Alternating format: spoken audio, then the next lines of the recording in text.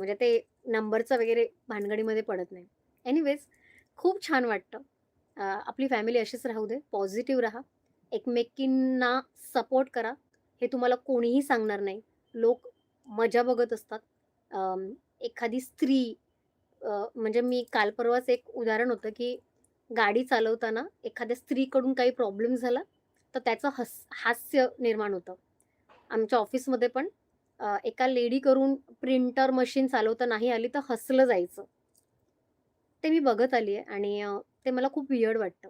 So कुठेही आपण कमी नाही पडायचं आणि हे कमी लेखण्यासाठी सगळ्यात पुढे एक स्त्रीच असते.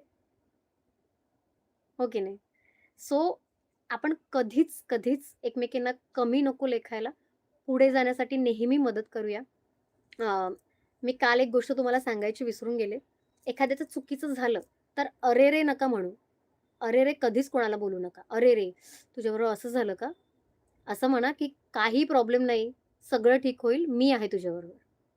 असं म्हणायचं आणि ती आपली फॅमिलीच पाहिजे मला. सो एखाद्याचं चुकीचं ऐकायला आलं, तर तिला आधार द्या. तिला अजून नर्व्हस नका करू, की "अरेरे!" किंवा काल परवा